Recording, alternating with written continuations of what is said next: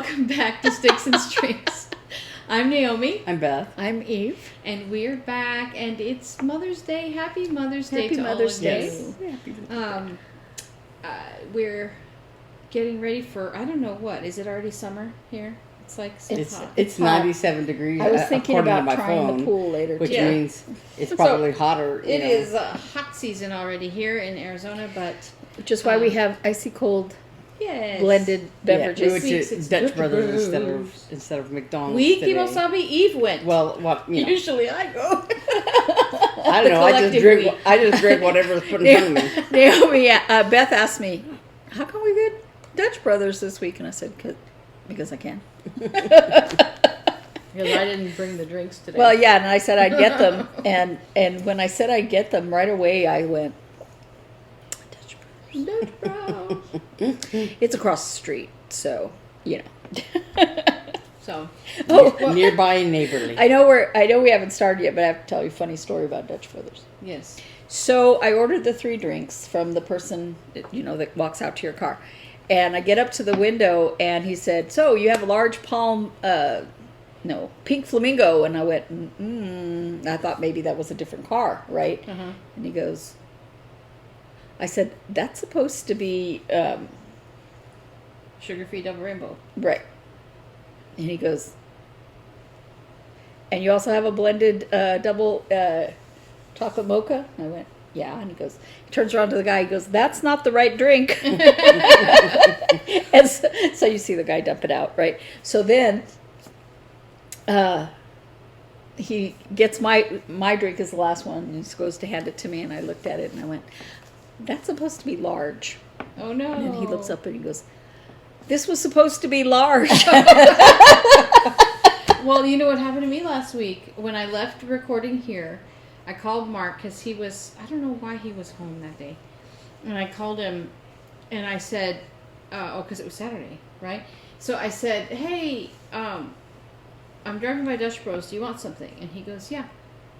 So I went in there, and the guy taking my order goes, so what are you up to today? And I said, I just recorded a YouTube video with my sisters. And he goes, you're the ones that have the knitting or the knitting blog, right? And I was like, yeah. I couldn't believe you remembered me. 'Cause I guess the last time I came through, I had said, yeah, and we'd talk about Crossstitch and knitting, whatever.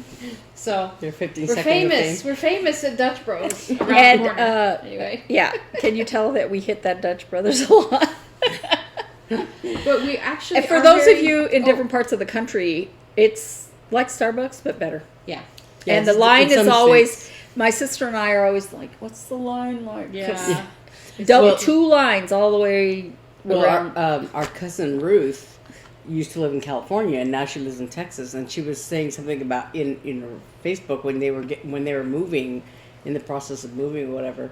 She said something about how, I'm gonna miss Dutch Brothers, and I'm like, they're there in Texas, and I said then they're here in Arizona, and then, Yeah. it's like, so I think it's she. I don't know if she thought it was a local. I think it used to be. Yeah.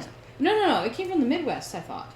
I don't know. I don't know. If you know the origins I of just Dutch know Brothers, it's- please fill us in. in the comments below. I like it better than. But I also want to say crap. welcome to all of our new subscribers. Oh yes, We're thank getting you. so many, We're and almost it's- at 300. Yay! So we are planning a $300 member giveaway, which I thought you were going to say $300 giveaway. not $300. No. Sorry. Sorry. Also, because of, $300 Monopoly dollars. because of Mother's Day, we have a sale going that is 25% off of $25 or more on our Etsy site.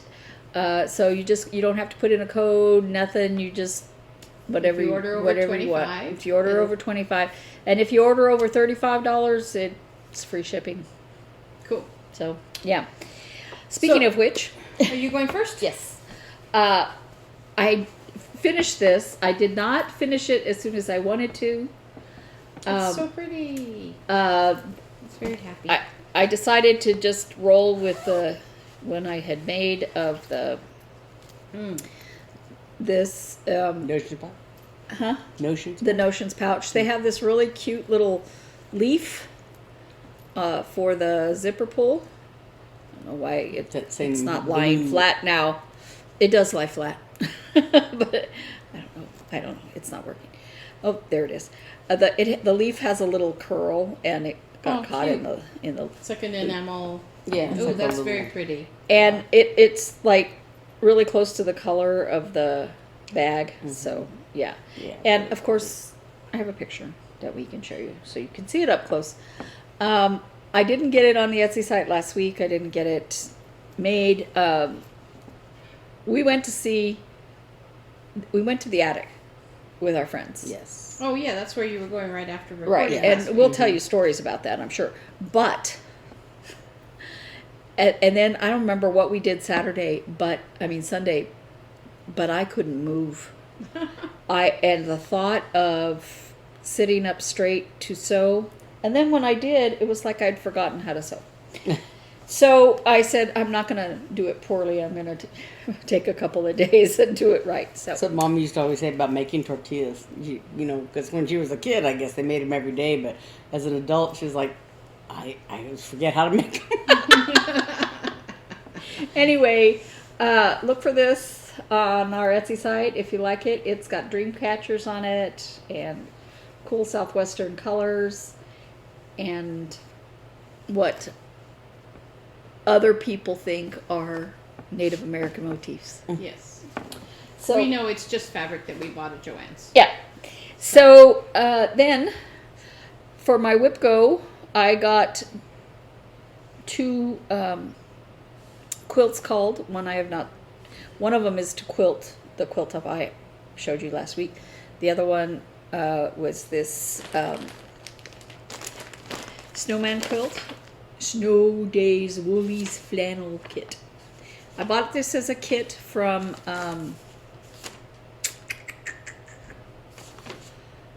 Shabby Fabrics. They had it there as a kit. It was really inexpensive. I would hands down get a kit from them again. What? Was that at the Mole Queen thing, or was it?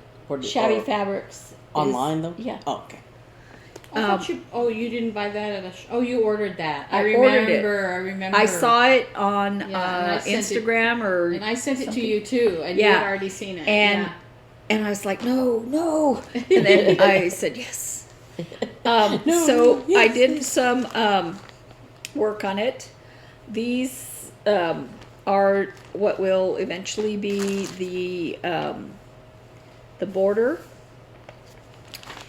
And these are the cuttings for the sashing in between the snowmen. And these, I did not cut the cloth for the binding. I was going to say I- border binding. I did not cut that because it's going to be a while before I need it. Yeah. I'll cut it then. But fussy cutting these dudes, I thought this would be really easy. And if fabric was printed straight, Life would be so much easier. yeah. So trying to get an 8.5 inch square without getting those green things in it, no. So there's green, but I figured It's they'll in the be seam in the allowance. seam allowance, Yeah. so I'm not going to worry about it. But they are so adorable. I mean, I'm cutting this and I'm falling in love with these dudes So cute. over and over You know- and over again. I keep forgetting about that flannel gnomes kit stuff I have. I keep forgetting it's in a bag. Shame and on I'm you.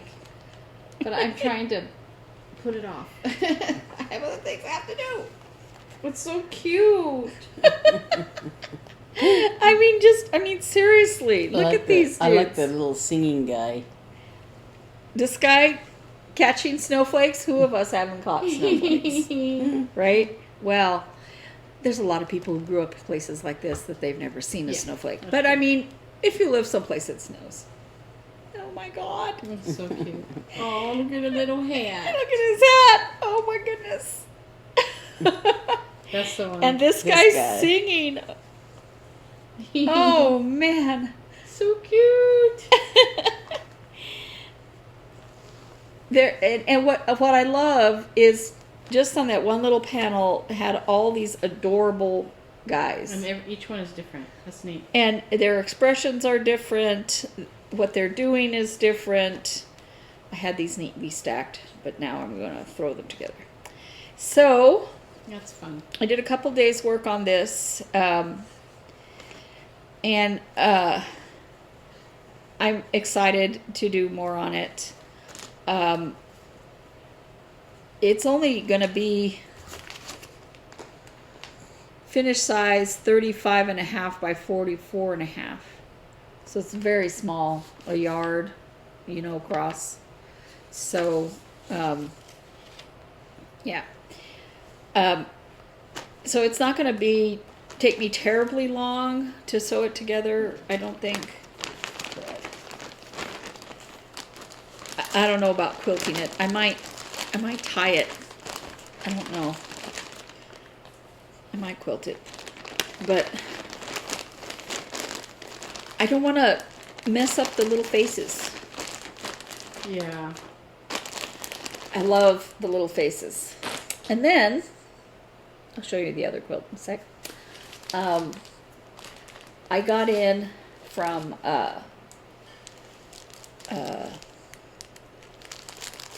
Ruby Mountain Dye Works.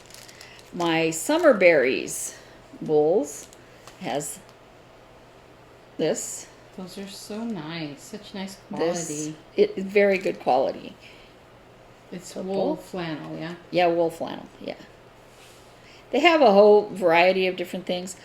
I love this patterned green. Yeah. Isn't that So beautiful? Like a plaid. Yeah, well, it's more like a tartan. Houndstooth. Or Yeah. houndstooth or something. Yeah. It's very, very happy. Not happy with the post office. It took a week longer to get to me But than at what least it it was didn't supposed come to. wet. Wasn't the Yeah. last one that you Yeah. got from them like wet or I something got weird? no. That was from the Rose Mill. paper. That was Oh, crepe the paper. papers for the flowers. Fortunately, that crepe paper was packaged very well, but it wasn't raining. It never rains here. It wasn't raining. There was no reason for For it to water be to get soaking anywhere near this. The guys, the mailman's water in his truck had to have spilled or something, and I get my package and it is soaked through. So yeah, it's better than that. So there's that, and I will talk about my cross stitch here in a second. So I sewed my panels together. It's so pretty. Are we going to cover Beth up? Yeah, it's time to cover up Beth. Don't spill the drinks. I can't even move backwards anymore. Ouch. I think the table keeps getting shoved this way. By me, because I'm sewing and I shove it. Okay. I sewed one top border on. So let's show the border first. Yeah. So pretty. I had to make sure the cut went where the hummingbirds are right side up, so I had to cut this side differently. So It's so beautiful, Eve. I just love it. I love it. I love it. I can't wait to have it done. It's gorgeous. Nice. Good job. But after I get the quilt top done, I will Oh, probably so this goes That's on the, across the top. on top of that, above that. yeah, and then there's going to be another the same color on both sides and on the bottom. Yeah, that's just the top border. I She just- didn't get the other ones on. I was mid stitching that on when Naomi said, "I'm around the corner." I went, "Oh, I haven't gotten drinks yet." So you're going to put the bottom border on next, right? Yeah.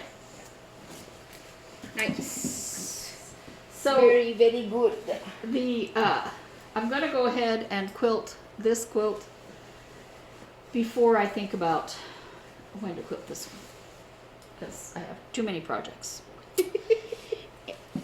And then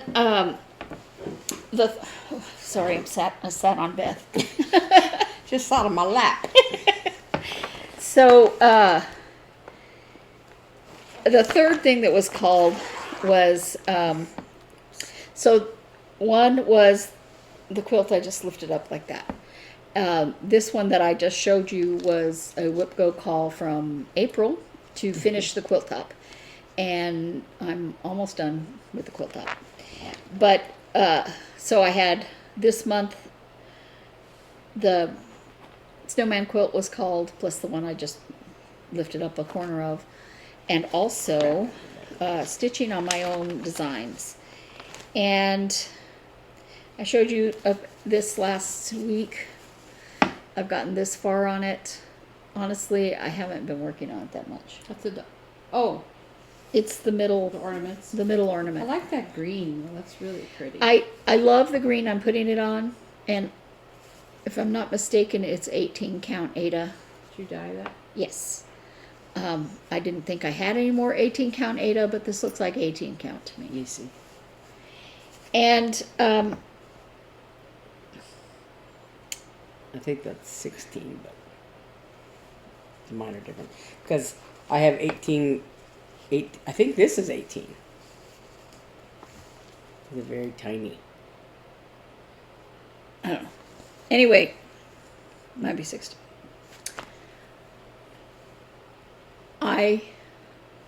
I'm telling you right now, I love my design. I have no problems with my design. I have a problem with the fabric I chose to stitch it on. I love the color, but because it is so small and I made the pattern very detailed, I recommend you use 14. Oh, 32, 20, you know, something like that that has, the halfway holes. Oh, I see. Yeah. yeah.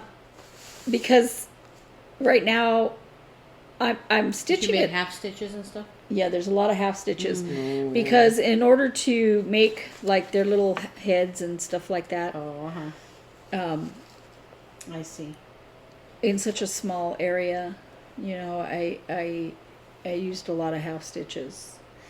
And while stitching them isn't an issue for me, stitching them through Ada is certainly more difficult than it would be like on a 32 count or something like that. I see. Yeah, splitting the. Yeah, So, so you just you go over 2 threads, so then you have that middle hole that you can Yeah. use. And Yeah. yeah, For so those of us who aren't, it's all the not time. like impossible to do, but I'm gonna have to give a recommended fabric of, you know, Yeah.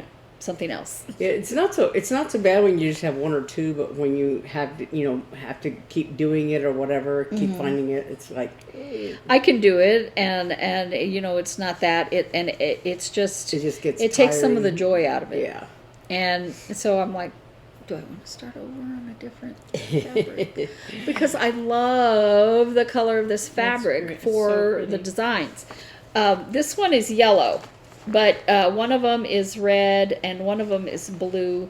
I wonder how the green will show up. It's a really dark green. I think it'll look good. And then a purple one. yeah. Each ornament, and there'll be a picture again. Each ornament is predominantly a different color because when we stick ornaments up on the tree, they're predominantly a different color. And that was my thinking, and I made them ornament size, hence the need for half stitches. Yeah. But I am still loving the way it looks when I see how it's coming out.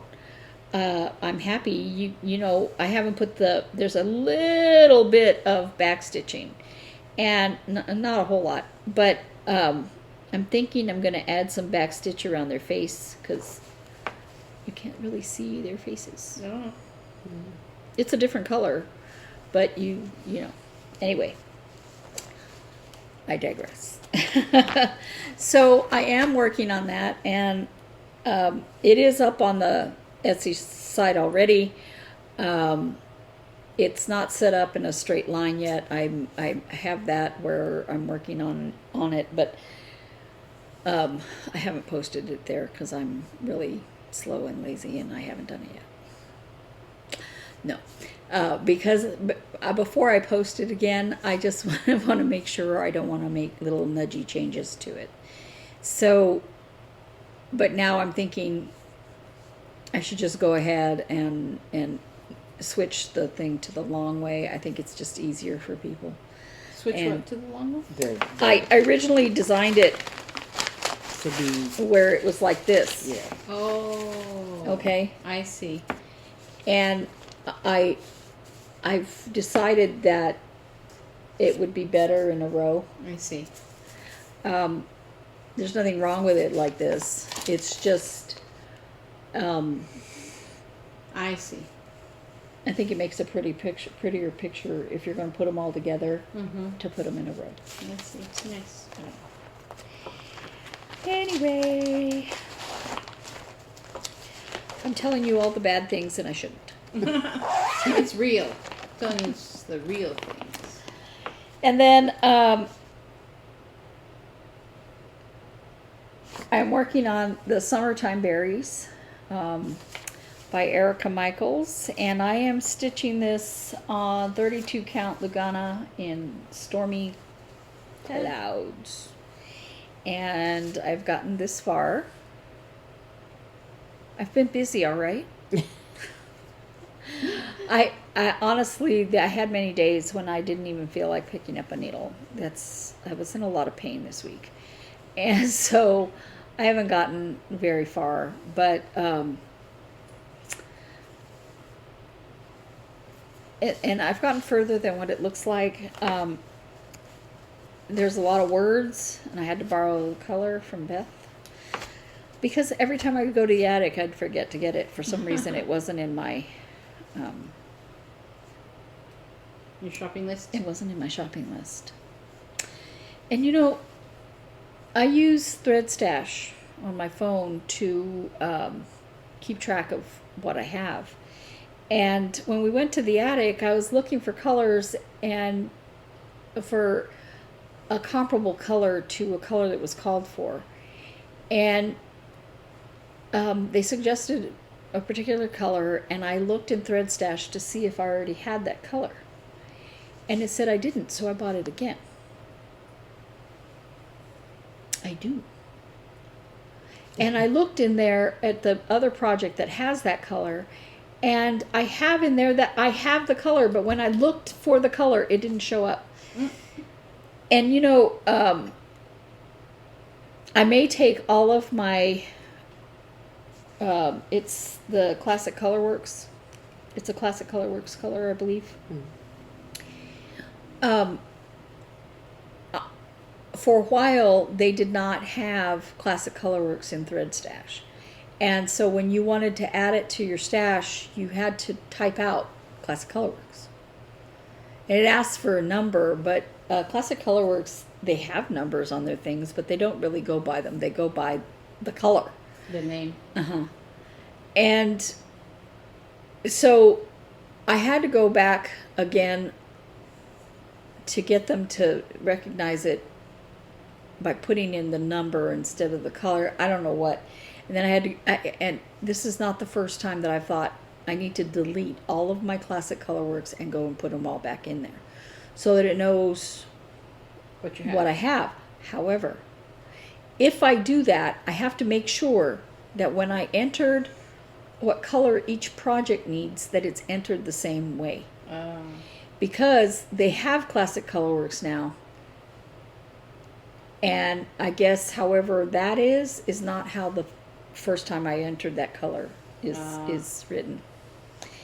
Yeah. So I'm like, ugh, what a headache.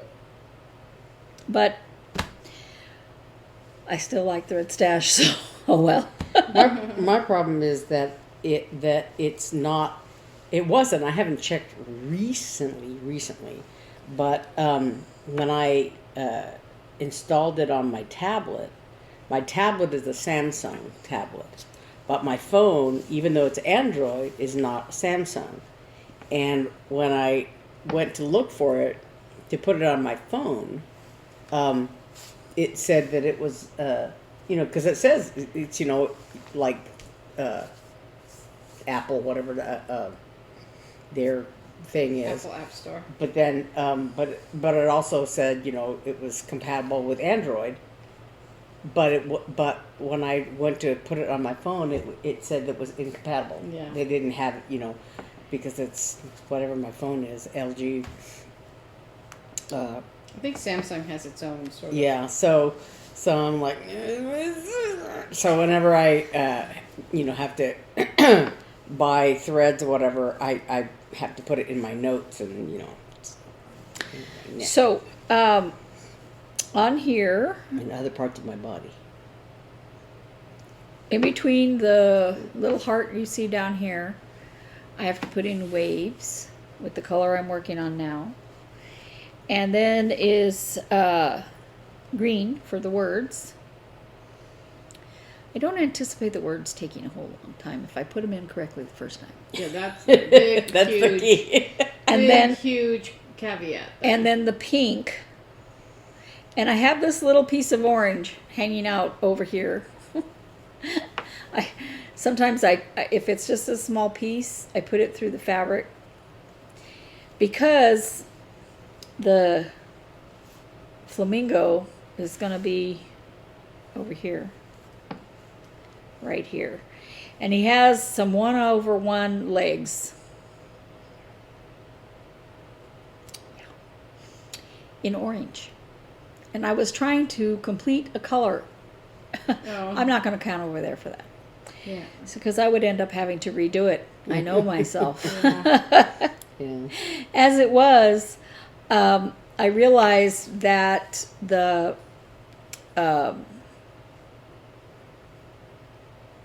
when I put in the umbrella, I had counted over from the sun, and then I went to go put in the cup, and you can't see the cup because the cup is white.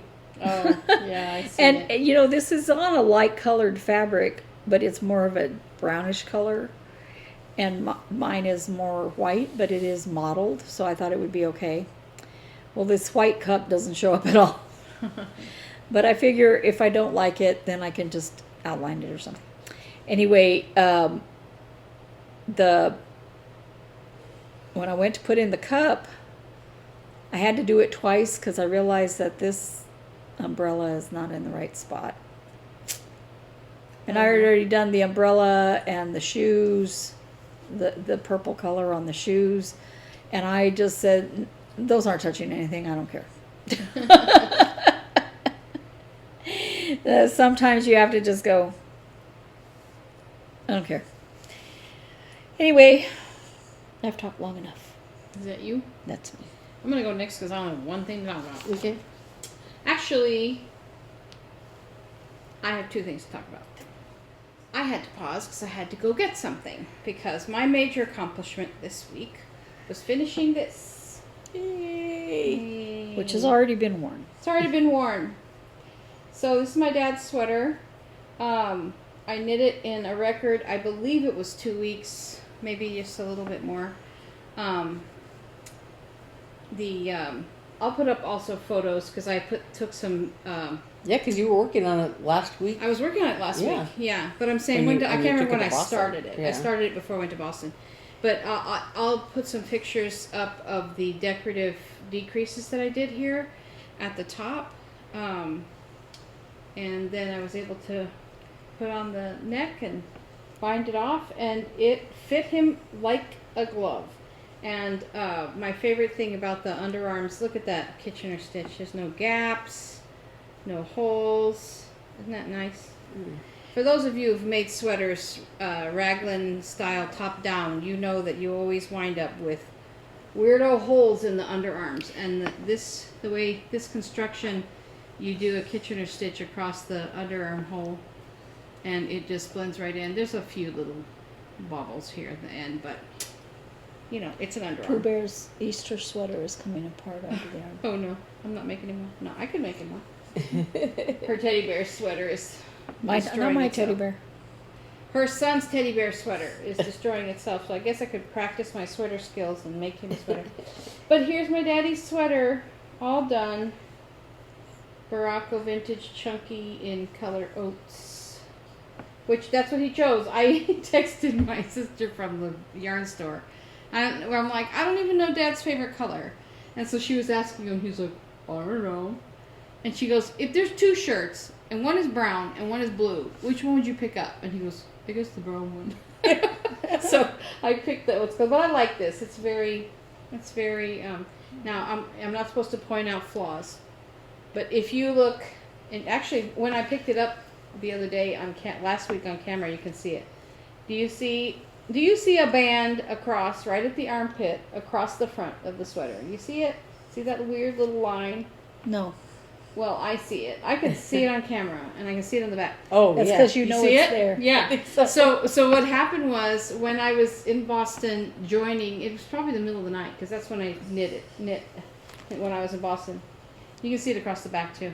I did the whole first round of the join when I joined the sleeves and the body with the wrong needle because I was using I can't remember why now I was using one length of needle with the wrong anyway because I have an interchangeable needle set and I had the wrong needle and it was too small and I did one whole round with it and realized it was too small, but it was the complicated join round when I had joined both sleeves and the middle.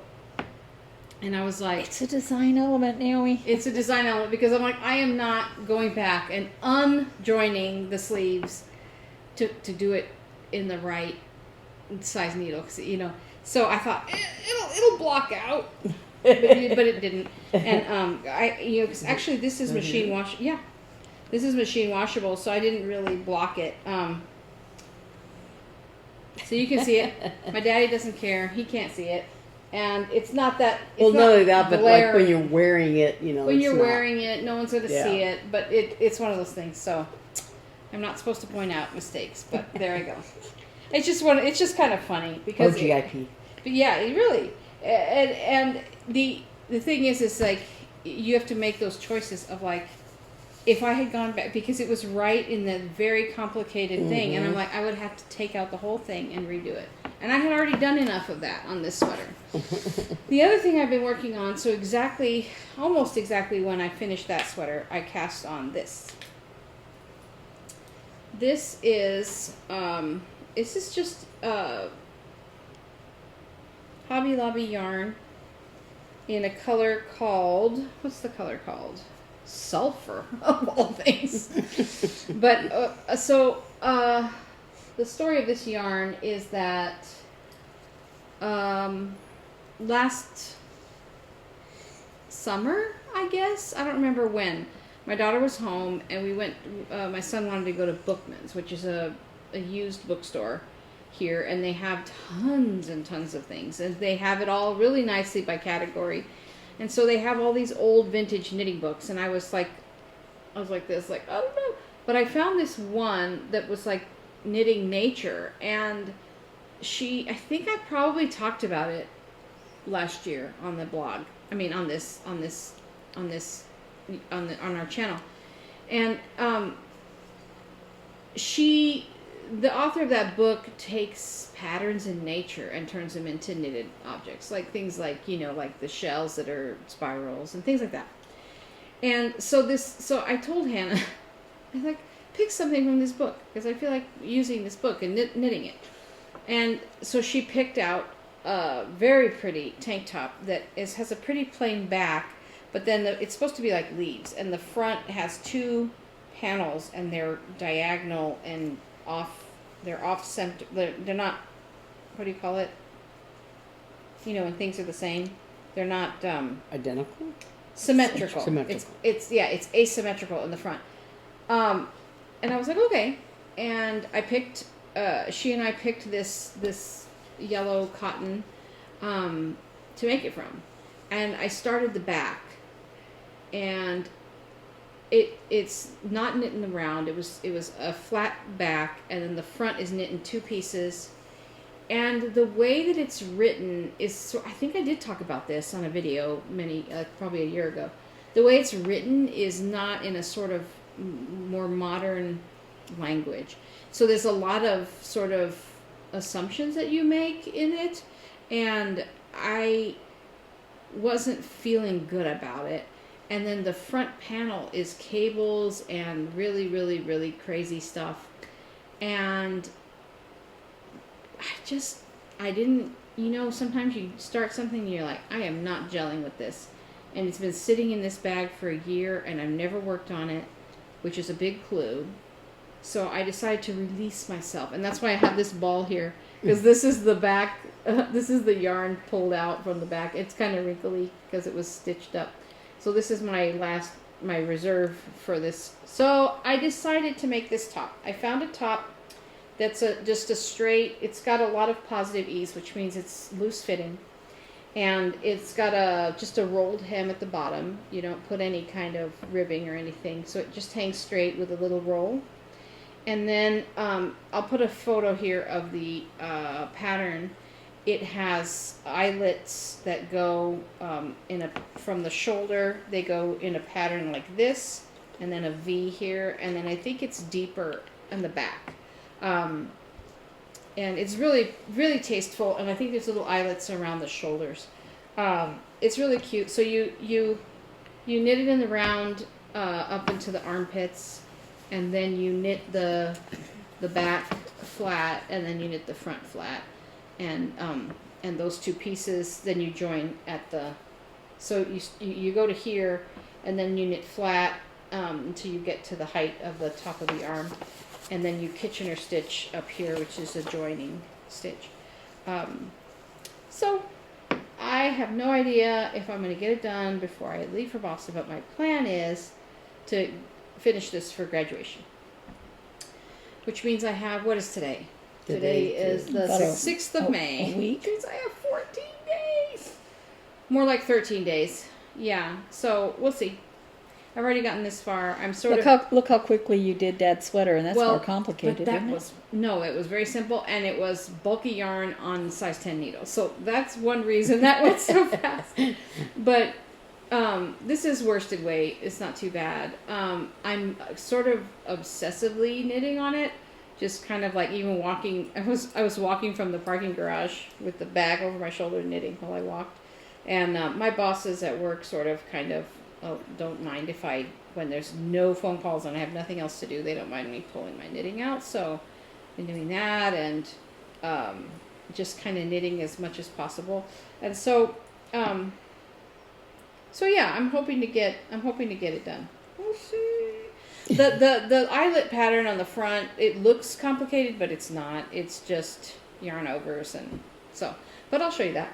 So that's me. That's all I'm doing. I'm just like, I'm going to make this. And it's a cotton linen blend. It's 80% cotton, 20% linen. So I thought it'd be nice for her summer festival. She can wear it with jeans or nice pants, and hopefully it'll look nice enough. Or she'll hate it, and we'll never know. Use it for a pot holder. Hopefully she'll never tell me. But anyway, I think she'll like it. It's just a top. It is a little bit. It seems, because this is the smallest size, and it seems kind of big. So I'm hoping she doesn't mind that, because it is supposed to just be straight and not really have any shape to it. I can never tell. Honestly, I've told you about this girl. I don't know what she likes. I think she likes something, and no, I hate that.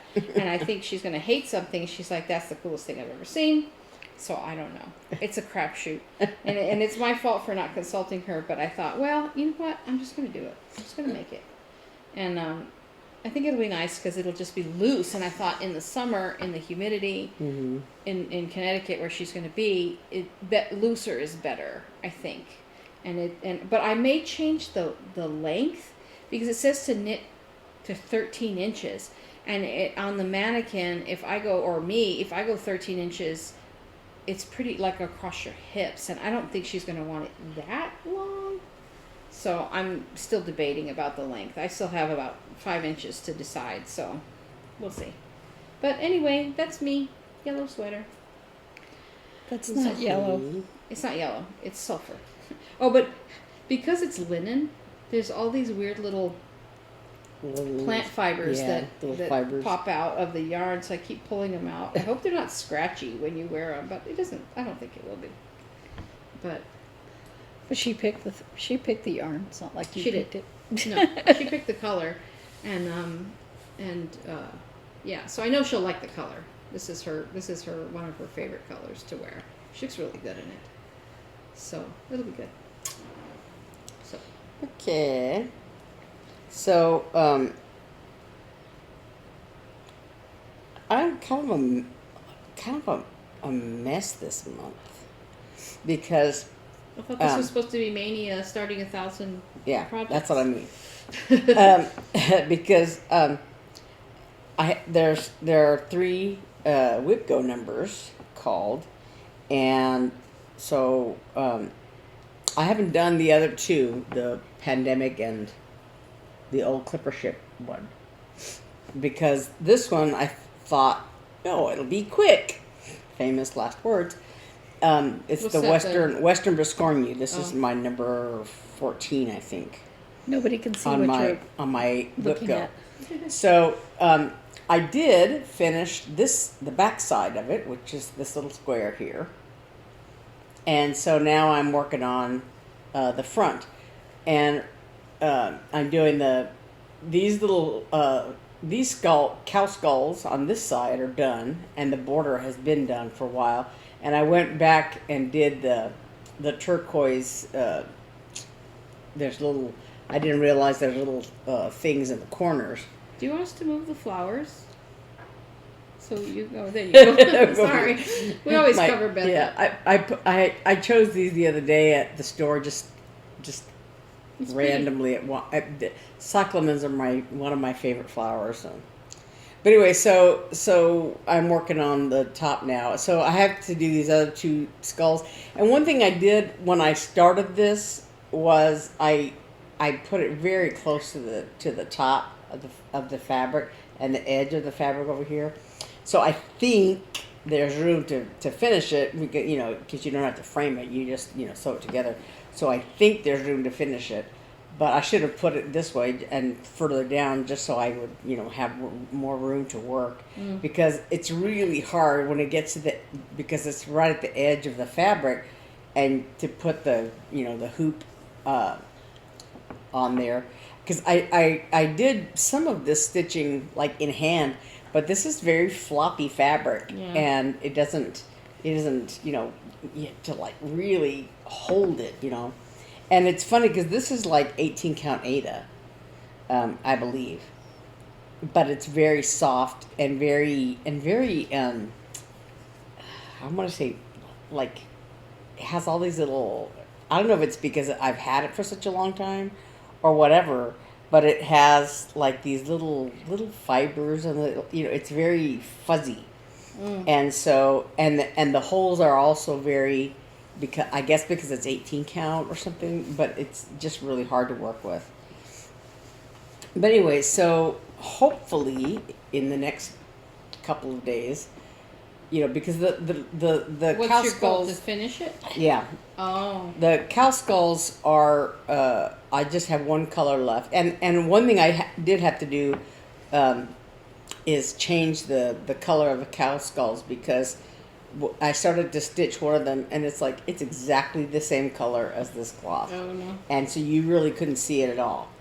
Well, that's good though. I hate it. I hate it when that happens. Yeah, this is it called for like number 613, DMC number 613. Do you mean and like that? Yeah. and so I happened to have 612, just because I was looking at the colors, and I happened to have like 612 was in this little box that I had from some other project, and I'm like, well, that's it's close, and it's just one shade darker.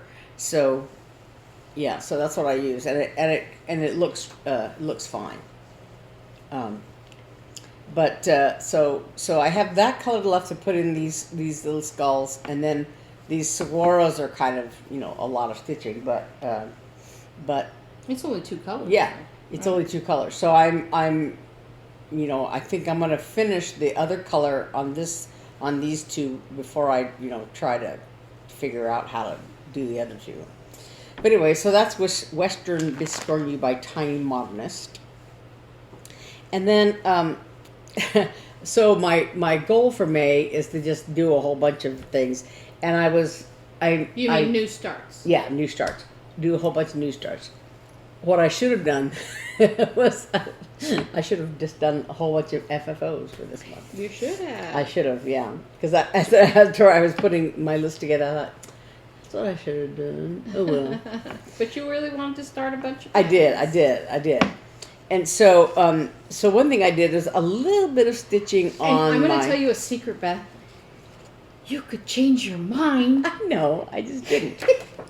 I know. But so I did a little bit more stitching on this April Rabbit because I wanted to use the hoop, and I, so I done part of it. So I almost finished this one rabbit. He's not quite, I didn't quite finish his other ear before I, got to the end of the thread. So there's like 3 rows of stitches or whatever on his ear.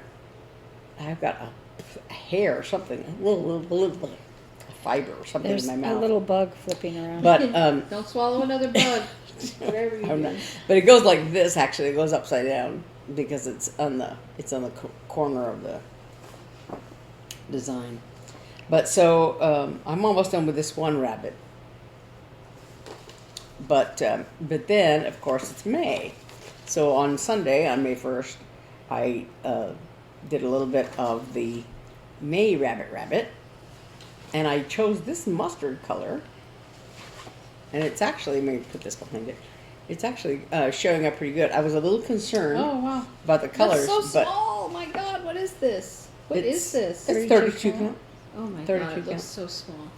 But yeah, so this one has white rabbits. So the white will show up very nicely. Better than on the sample in the picture. Yeah, because in the sample, they're it's on shale linen. I think they're all on shale linen. These and those white bunnies. And so the don't white show bunnies up at all. don't show up at all. So, but I think they'll show up very nicely on this if I ever get back to it. So that's May. That's May rabbit. Oh, and you're not done with April yet. No, I'm not. I barely got to start on I see. the April one. And then I have this little freebie that I got at the attic. It's called Bristol Red Sampler, Bristol Free Chart, and it's by Lagnappe Designs, and they had this little freebie kit basically, and so it came with the thread and the backing fabric and this little piece of hardinger, and really it's almost done. I just stitched on it one day and got a lot of it done.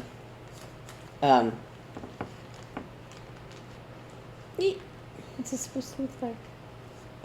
It's these where's little the red picture? squares. There's no That's picture. it. That's it. There's no picture. So it's just got these diagonal lines. It's just a graphic. Yeah. I was paying attention to you. Does that look like that's that same square to you? But yeah, so this is very tiny because this is the actual outside edges Oh of the design. So yeah, and this is on 22 count hardinger. So there's this diagonal lines and then these little corner designs, and so it's about 2/3 of the way done. In one day's stitching, it was went really quickly. But so my goal was to theoretically do 31 starts, mania style, but I did a little bit, because I did the May rabbit, and I did I'm sorry, this. I feel bad because you're talking and your face nobody is, can see, and nobody can see your you face. at all, I'm just gonna move that. There, that's better. or even what you have in your hand. Yeah. So I did a little bit of stitching on this, and the Western. Oh, that's right. The Western Biscornu is what I've spent most of the time on, but in the meantime, I've done some. I'm planning on doing a bookmark for my niece Hannah for her graduation, so I've been working on that design at the computer, and the other thing I did was all the designs that I wanted to do for the month of May. They were not not kitted up or anything like that, and hadn't made fabric choices, and so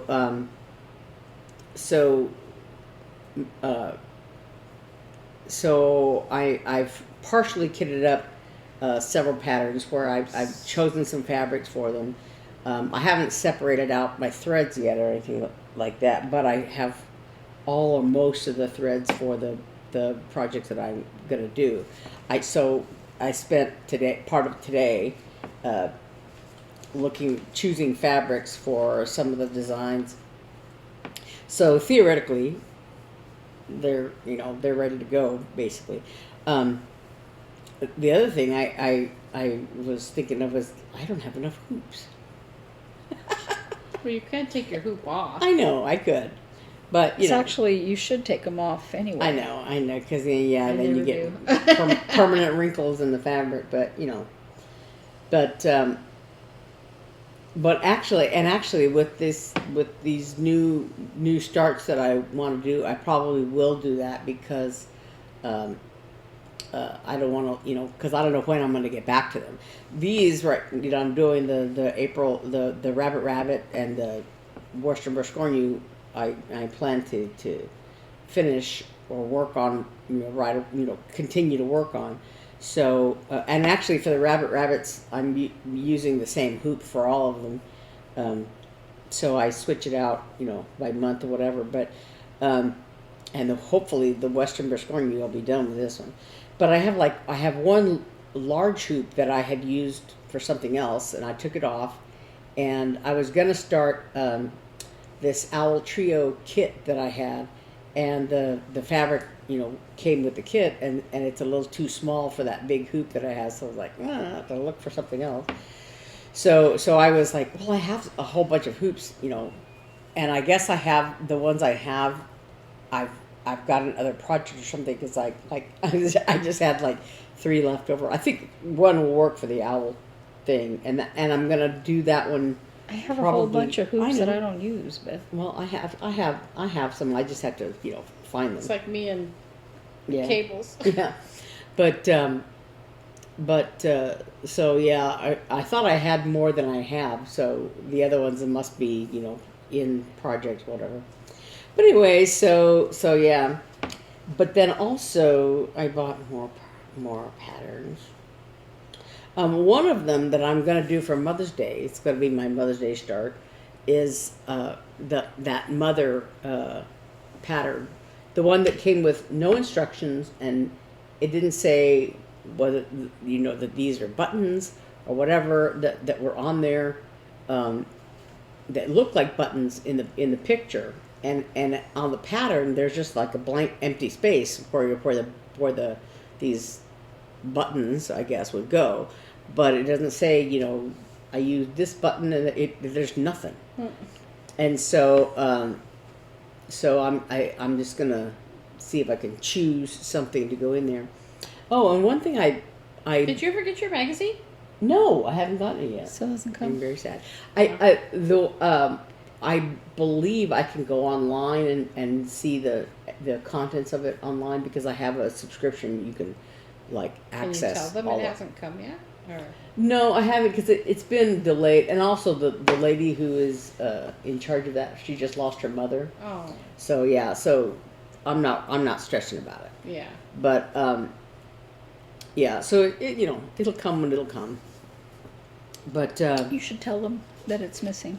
But anyway, so I forgot what I was saying. I'm sorry. I interrupted you. You were going to say, oh, and by the way, and you looked at me, or you looked my direction. You looked over there. You looked at something. Oh, the mother thing. So, yeah, I bought some buttons for, I think I had bought some purple flower buttons for this Western Bruscornu because I did the other Bruscornus, the gnomes and the dragons, and I had bought buttons for those, and I think I bought buttons for the Western Bruscornu. But the other day I was at Walmart, and I think it was Walmart. Shoot. Yeah, and I was looking at they had various buttons, and I was looking at to see if they had anything appropriate, and they had some saguaro buttons, but they were shank buttons, and not regular buttons, but I bought a box of buttons that were like flower shapes. I don't know. Yeah, I have it here. Hold on 1 second. I bought a bunch of junk at Walmart and Hobby Lobby. Ooh, your bag's ripping. Yeah, I know. But I bought like this little box of buttons, and they're flower shaped, but they're various sizes and colors Those are cute. and stuff. So yeah, I might use these instead of the ones I don't remember what I bought. Yeah, I have them somewhere, but I thought these were gave me some. Did you other show options. them what you were looking at? Yeah, she did. I did. Yeah, well, we'll put up a picture. Yeah, and then I also, because I'm thinking about. So cute. I had talked about making the little floss drops that I made out of the picture of my cat. Yeah. And so along those same lines, I bought some paper, some scrapbook paper, and I bought some larger sheets that I put somewhere else because I didn't want to put them in my room to get crunched because I don't have a safe place to put them where the cats won't walk all over them. You know. But, and I thought I had in here, I think I may have talked about the little hole punch thing. It's a large round punch. Oh. I thought I had it right here, but It's a Fisker's I don't know. punch. Yeah, I it's have one too. yeah, it's a Fisker style punch, but it's like I like thought it an was off-brand. Fisker's. It wasn't orange? Not the no, it's white. I could have sworn I saw it orange.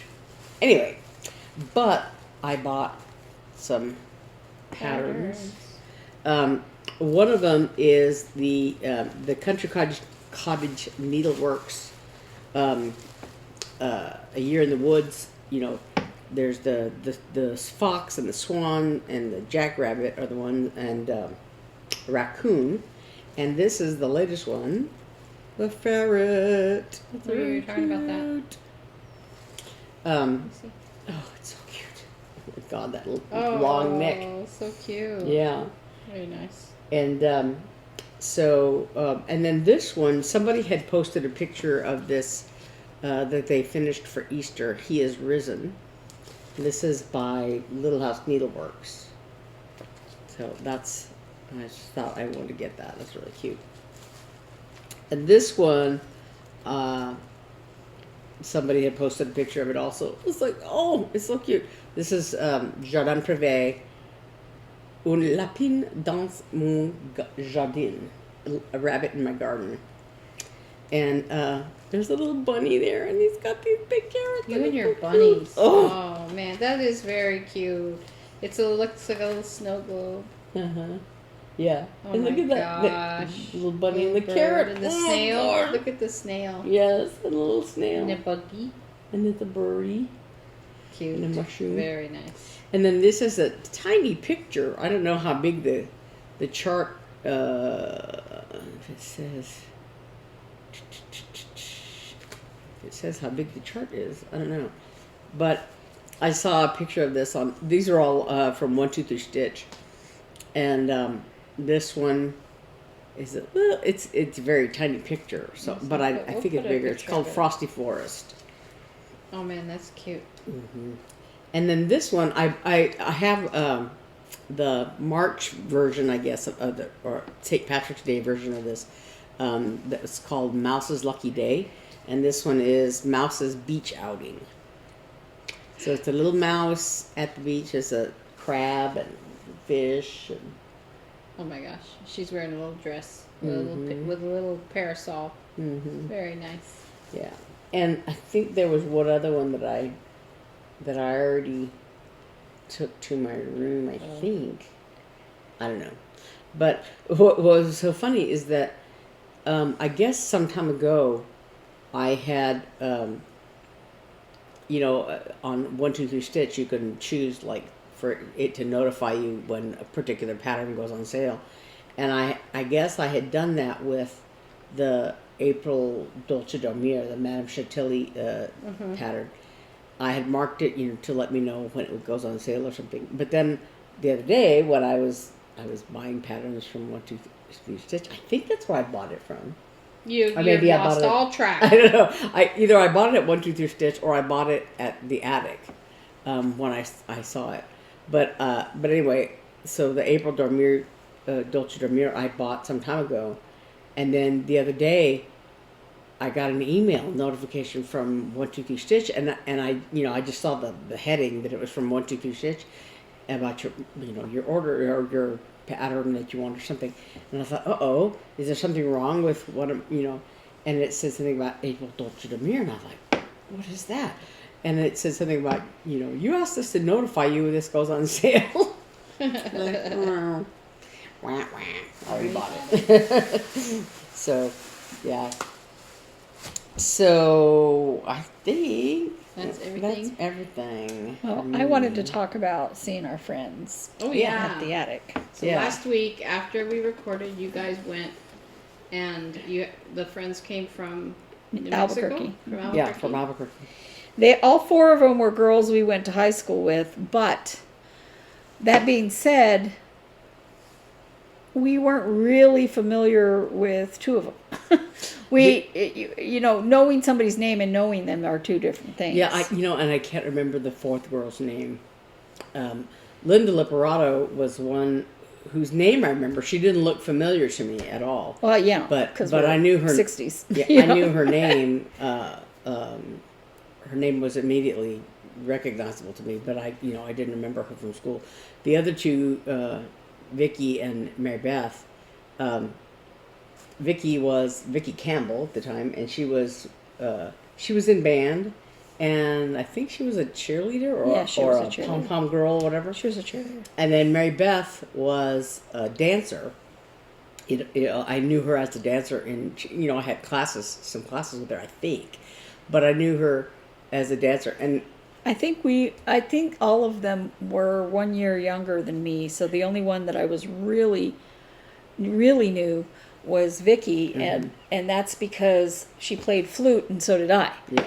And in band they don't care how old you are. You are united by music. But so Vicky and Mary Beth I knew because they were classmates. We were talking, and they were looking at everything, and Vicky was like, "Well, how about this one?" I showed her some patterns that I like, and we were talking about threads. We were talking about all of that, and Mary Beth was looking over there at stuff, and Mary Beth isn't Vicky is the only cross stitcher. Mm. And the attic finally's like, yeah, because it was close to 4 when we got there. It was like 3:30. It was close to 4 when they got there. Yeah. We got there earlier. What time did they close? 4. Oh, at no. 4 o'clock. Yeah, so they were like trying to scoot us out the door. How long were you guys there? We were there about an hour. Oh, so they left it open till 5 for you guys? No. We got there about 3 o'clock. We got there between 3 and 3:30. We got there a little before 3:15, and they got there at about 3:30. Yeah, and so we were talking and shopping, and all of us bought stuff. But and then they're like, "Can you guys?" we still have to shut down everything and have things to do because they were taking in inventory that had come in, and yeah, they were very polite about it. Don't get me wrong, and so we went outside, and there's a restaurant very close to there, but they hadn't checked into their hotel yet or anything because I said they close at 4. If you leave early, you can get over. And then they got delayed at the Cracker Barrel on the way. They stopped at a Cracker Barrel to eat, and their order didn't get put in by the server or something. Oh, no. Yeah, so it was so much fun, though. It was so much fun seeing them and talking to them, and I had to say, talking. People who remember the same stuff you do. I have to say, one of my favorite stories. Didn't you tell us the story last time? I think you did. I don't know about Mary Beth and her shoe flying off and hitting this guy. And I thought about it again yesterday because I was watching the Harry Potter Prisoner of Azkaban, And at the beginning of that movie, you know, he gets very angry at his aunt, that she's I guess his uncle's sister. Yeah. And so he gets mad at her, and I guess unconsciously, I don't know, Blows her up. Blows her up. Yeah. Yeah. But I was reminded of that story because I was watching the Harry Potter Prisoner of Azkaban, and he blew up his hand. And she's wearing in that sequence, she's wearing a necklace, a beaded necklace, and so the beads, you know, pop off the necklace, and the buttons on her suit go popping off as she's blowing up, and so the cousin is sitting there eating, and I guess he's watching TV, so he's not noticing what's going on with his aunt until her buttons pop off, and one of the buttons hits him in the forehead, and he goes, "Ah!" and he falls off the chair, and that's exactly what that Barry sax player did when Mary Beth's shoe hit him in the forehead. He had got this like stunned look on his face, and he almost fell out of the chair. How did her shoe go flying?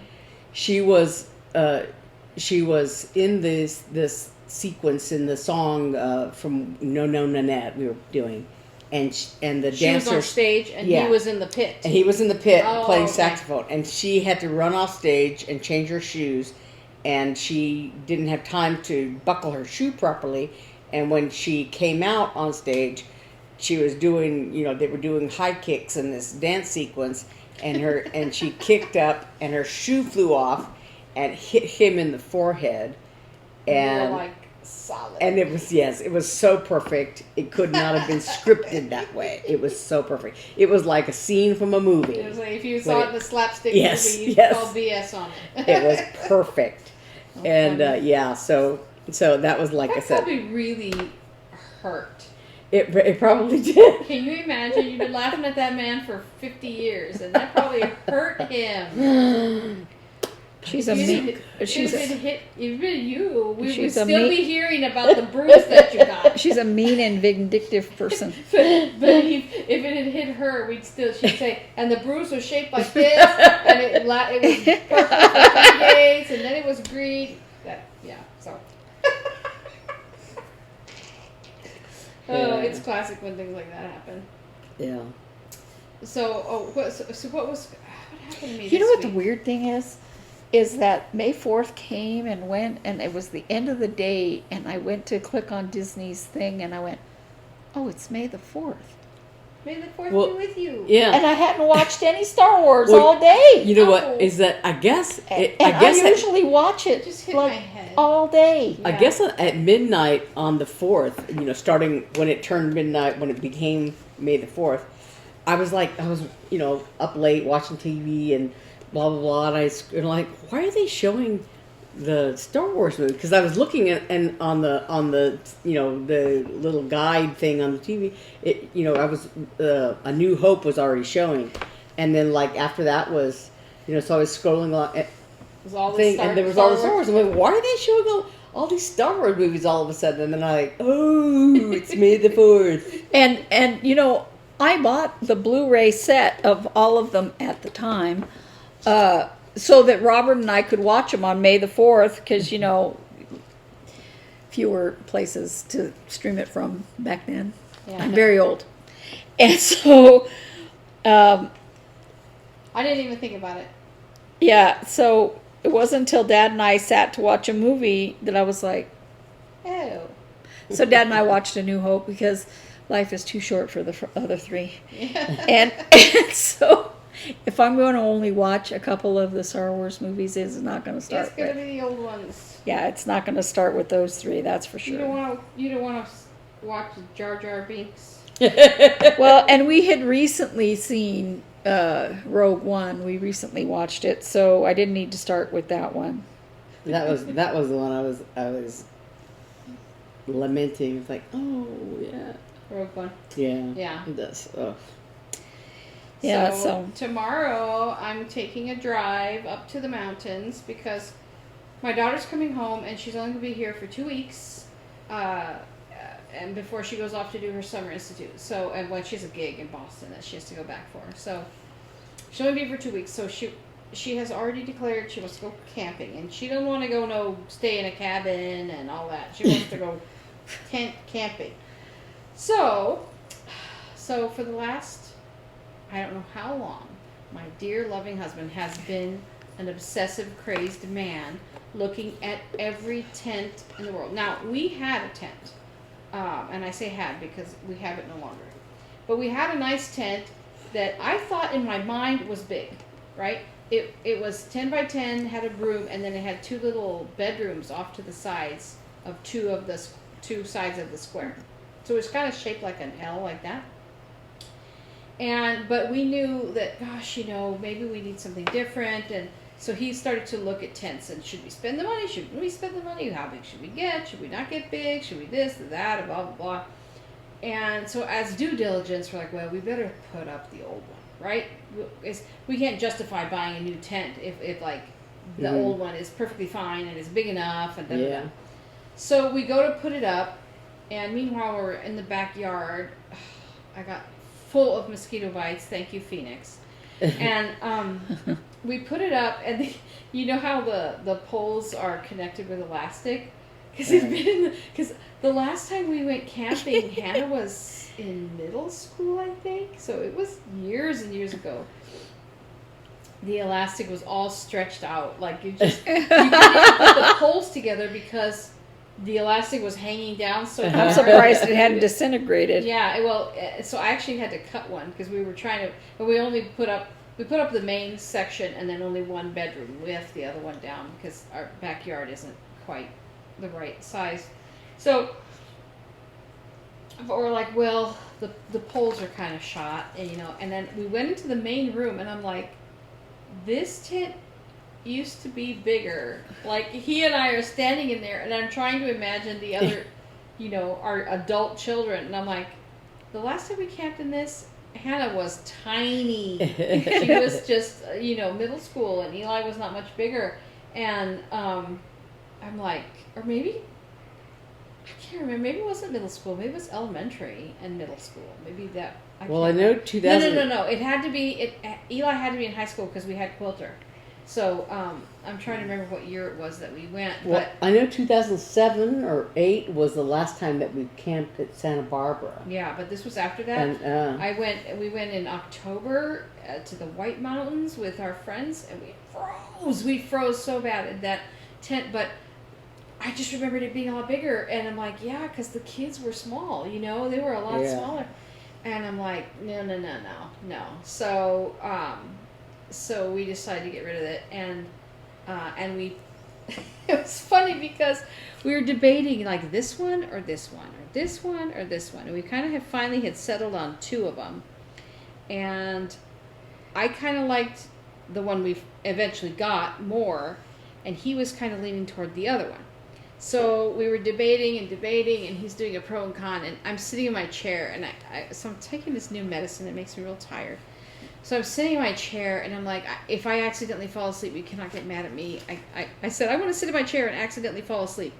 I had planned on it. So so he's like, okay. But then he's sitting on the couch, and we're talking, and he's pro and conning it out, and I'm sitting there. And I'm like, okay. So I thought we had decided on the other one when I fell asleep. And then later that evening, after I had woken up from my nap and we were having dinner, he's like, well, if we're going to buy the one we did order, which was the one I had initially liked that he had kind of talked me out of, he goes, if we're going to order that, it's called the Bighorn something, I can't remember. If we're going to order that, we better do it because there's only X many left and Amazon and da-da-da. And I was like, wait. When I fell asleep, I thought we decided on the other one. He's like, well, no, I thought you liked this one better. I do like it better. So anyway, it's coming on Mother's Day. It'll be my Mother's Day present. So that's fun. And then I also told him I have to do a cot this year, at least me, because I cannot crawl around on the ground anymore and sleep on a inflatable mattress. I'm like, no, I want a cot. So now we have to research cots. Well, you know what? I bought a cot that one time when we went to the lake. Yeah. and I had bought it, taken it on this camping trip for my mother to use, because I don't know if Eve was coming up later or not going. I was going to at meet all. you up there, but Yeah. then it started raining. Yeah. So we had Eve's tent, which is bigger, and I had put the cot in there for my mom to sleep on, and then Robert we had set him up on the floor, and I was set up on the floor also, a sleeping bag on the floor of this tent. And then that afternoon, I guess. We only stayed one night. Yeah, that afternoon that we were there all day, or part of the day. I think Naomi and I had gone to use the restroom, and the kids, were kind of like, napping or theoretically. And Robert, they were little. They were like 3 boys, right? Yeah. Yes. Yeah, because Hannah was still a baby. Hannah was a toddler. Yeah, So we they were had 3 or the 4. Amigo Yeah. was barely a full-grown dog. Mm-hmm. So, but Robert had stripped down to his underwear, so it was very hot, and Hannah had just laid down in the cot, and my mom was like sitting on the edge of it, or whatever. But in a way, it was good because there was a torrential rainstorm. Microburst. Yeah. Yeah. And when Naomi and I were walking back, it was like hailing and this. I remember the little hail pelting my legs. Yeah, it was bad. And the tents were flooding, and it was awful. So Mark keeps talking about he's like, well, if the rain's going sideways, that because the one we're looking at. So in the past, the ones we've had are like dome tents where the rain flies come down, and these are cabin style tents. They have basically straight sides, and so the rain flies cover the top, but just they just come out like this over the doors, just bare of the windows and doors. So the rain will go basically onto the window, so you can't have the window open when it's raining.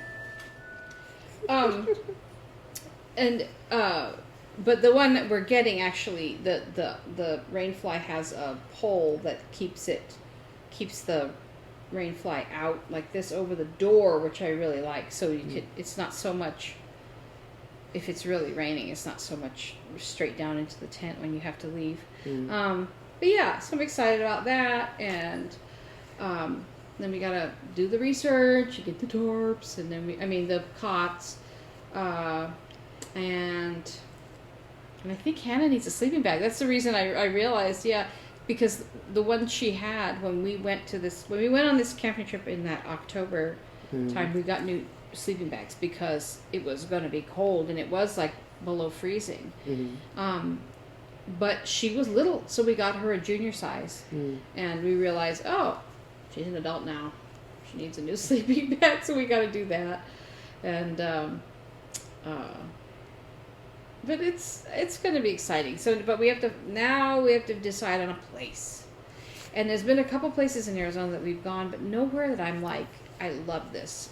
The way I feel about our childhood camping place in New Mexico, which is too far to go for our short trip. So I'm looking for the ideal place in Arizona. And when I find it, you can kill me and bury me there. But right now, so what we're going to do tomorrow is actually Mark and I and Eli are just going to take a reconnaissance drive, because I don't want to go camping somewhere I've never seen. Yeah. That is not good. So we're just going to take a drive up in the mountains and that's like that take time a look at. We were hoping to camp in Santa Barbara, and it was still closed because they were still doing renovations or whatever. And I don't know if we didn't camp at Hodges yet, or we had camped there the year before or whatever. But then we drove all over the place to these various campgrounds, and they were all like full, and there people were camping like cheek by jowl, just crammed in there, and so then we ended up camping at Hodges, I think, after all. Yeah. Again, so there's a couple places like, which river-wise I like, is in Oak Creek, but it's so popular that the last time we've only camped there once or twice, because one of the last times we camped, you could hear the guy snoring in the tent at the next camp. And I'm like, this is too many people. Yeah. And it's so popular. But because it's beautiful. It's a beautiful creek. It'd be great fishing, you know. But we're looking at we're thinking about lakes. But I did find a creek, the White River, that has a couple campgrounds I think we're going to check out. And then we're going to go up and, I think, if we have time, look at some. When we were camping in that cabin at Greer, don't they have campsites up there too? They do, but nothing right on the water. Mm-hmm. It's off a little ways where you'd have to leave the camp to go to either one of the Greer Lakes or that river. And the river in Greer is so developed that there's no free river. We could fish where we were because we were in a cabin in that property. Mm-hmm. And there is like up at the end of the road where I took Dad and Mark and Hannah. We went up to fish and Eli up at the end of the road, but there's no camping there. Yeah. So you can drive up there and walk fish along the river, yeah. but you can't camp there. So I'm looking for a place where I can camp right on the river. There is a place that I dream about going, and it probably won't live up to my dreams, but the photos I've seen remind me of Santa Barbara in New Mexico. It's like, you know, a meadow, and then the river's right there, and it's flat and beautiful. And but it is a 5-hour drive. It's because of Santa Barbara that I love daisies. Yeah. Daisies are my favorite flower. I like cone flowers too. It's purple, but it's just a purple version of a daisy. Yeah. And when we would drive up to Santa Barbara, there was one field down below that was always full of daisies. Yeah. It was so beautiful. Well, you know, so there's this smell that I only smell in the mountains and occasionally once in a while, but it's like this, like the soil and the wildflowers and the grasses in the heat, like when the sun would heat them up and you could walk through and you could smell it. Mm-hmm. And I was working at a place, and we had a Christmas luncheon, and we went out to eat for lunch, and it was right before Christmas, I guess, or I don't remember now. But anyway, we were at this fancy resort up in Scottsdale, and I had a salad, and the salad had like microgreens, and the dressing that chef made, I don't know what it was. It was like a house, you know, it's one of those fancy things that like you'll never taste it ever again. But the dressing and the greens, I put it in my mouth, and it was like that Ratatouille scene where he eats the ratatouille and back to his childhood. That's what it felt like, because it tasted the way I remembered those mountain meadows smelling. Mm-hmm. And I was like, what is this? So I really crave that. But so I'm still looking for the perfect place. But we'll see. So tomorrow we're going to go look and drive around and see what we find. And that way we'll know exactly where we want to go when we camp. And most of them are first come, first serve. But we're hoping, because we're planning to go middle of the week right after Labor Day. So hopefully everyone will expend their Labor Day energies and be gone. Go away. Speaking of forests, they're all the places that we've gone that we truly love, they're on fire in New Mexico. Santa Barbara's not on fire. I checked. No, Santa Barbara isn't, but Cloudcroft is. Yeah. And Ruidoso is. And Ruidoso is, and places I here saw near in Carlsbad has fire. Not that there's much to burn. I was going to say, what are the rocks or the salt licks burning? What's burning? And don't let it. Just above that, there's oil. Wells. That one. I was like, what is that?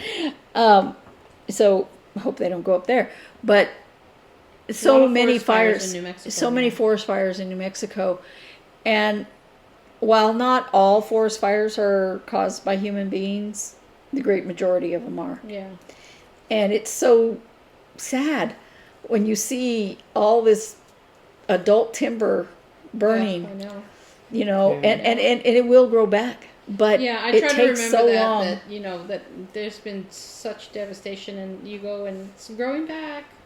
Thank God. But yeah, I'm like, I really don't want I don't want Santa Barbara to burn. No.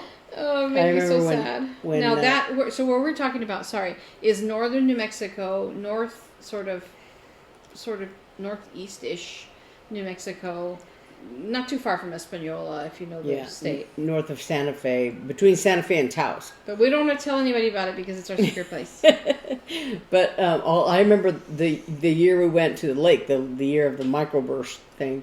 We went to Story Lake outside of Las Vegas, New Mexico, because every campground in the state was closed because of the fire danger. Yeah. You were not allowed to pull over on the side of the road in the national forest because the fire danger was so high that there was the heat from your if engine. you did the heat from your engine, if you did anything to spark, if you threw a cigarette butt out the window, anything like that, you could start a fire. So they, everything was closed, and we had planned to go camping, and Naomi and I don't know, Eve was living in the state, I guess, but You were working.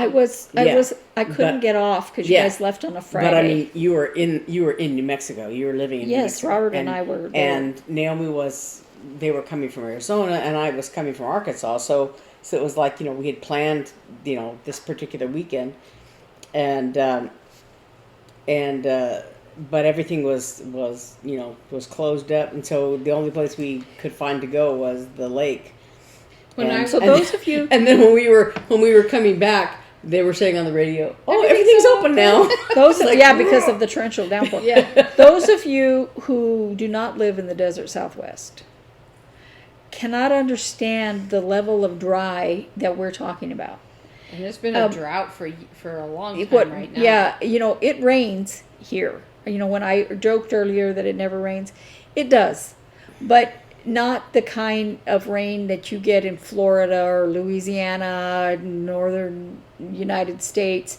And certainly in the winter, that kind of moisture from snow and such doesn't come here.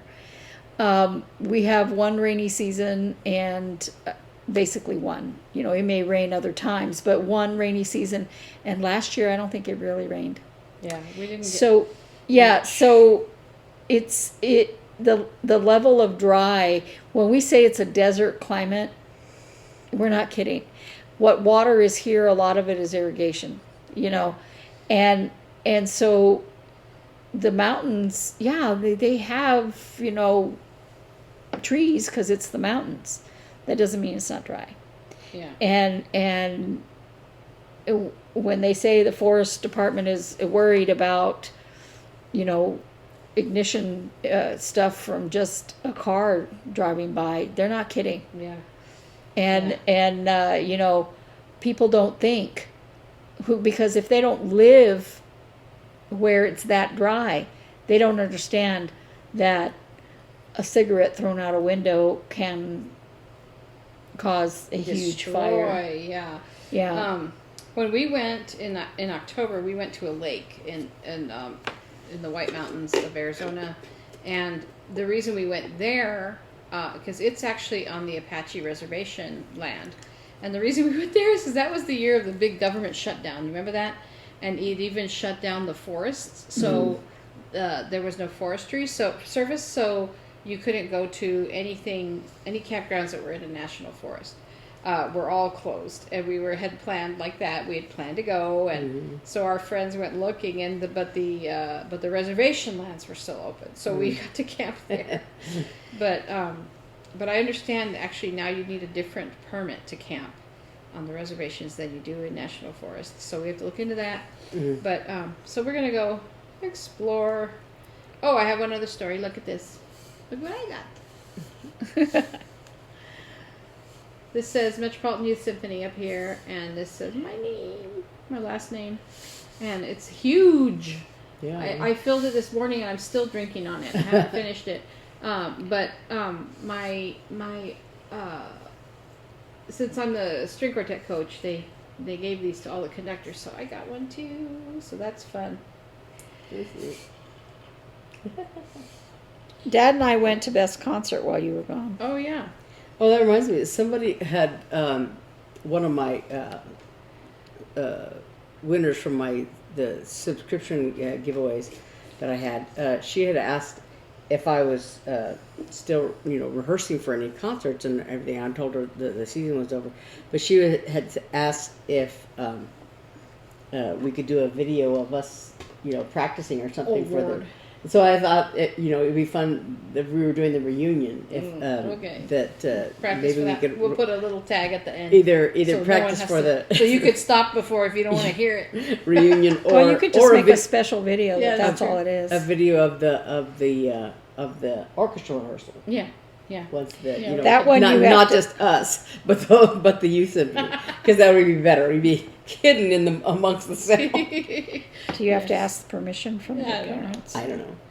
But So we went to the concert, and it was 3 different groups. And the first of them was a community band, that is a group without string. And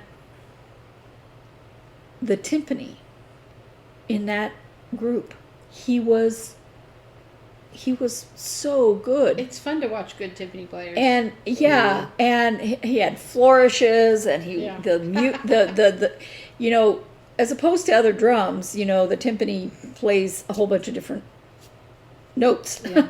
and it was just beautiful to watch and beautiful to hear. Their songs were really good.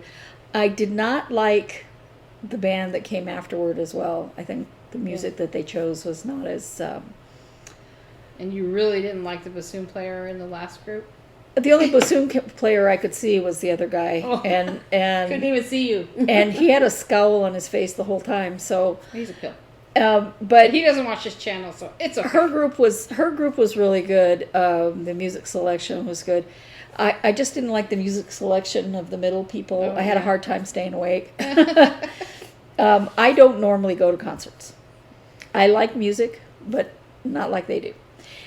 And so the only reason I went was because I had to take Beth because Naomi was out of town, and I was really glad. I was good. really glad I went, and Dad had such a good time, and he'd had a bad few days, and I was worried and all, and I'm glad we went. Yeah. Um, So he went in the chair. huh? You took him in the chair. No, No? he didn't even need it. Oh, he just walked around. We No. took it. We took it. I took it. think, It's still in the case, back of the yeah. car just in case, but we didn't need it. A transport chair is what we're talking about, Yeah. not a wheelchair. Anyway, Well, that's good. yeah, I was really happy that I went. I don't dislike concerts. So it's just not my jam. And to be fair, Zach was really nice about helping me Oh, carry my that's stuff nice. in. Yeah. That's So nice. He's a yeah. little bit of a pill, but that's good. I'm glad. I was wondering how you did with that. Yeah. But what was I gonna say? If there is a community band near you, that is a group of people who are just playing because they like to.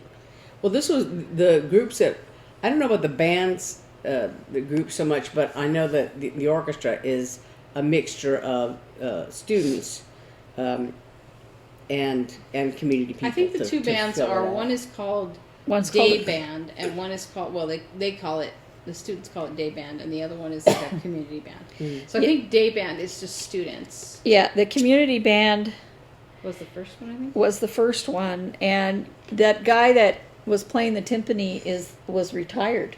Oh. So they had people from, college to retirement age, Oh, okay. and the other one was a group that, school kids, Yeah. that kind of thing. Yeah.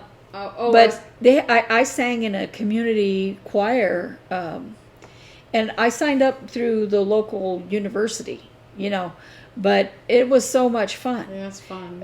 Yeah. You can get together with groups of music, but it's fun to go to the concerts. If you see something that says community band or community choir, those are just everyday people that still like music and go and play. They're, That's fun.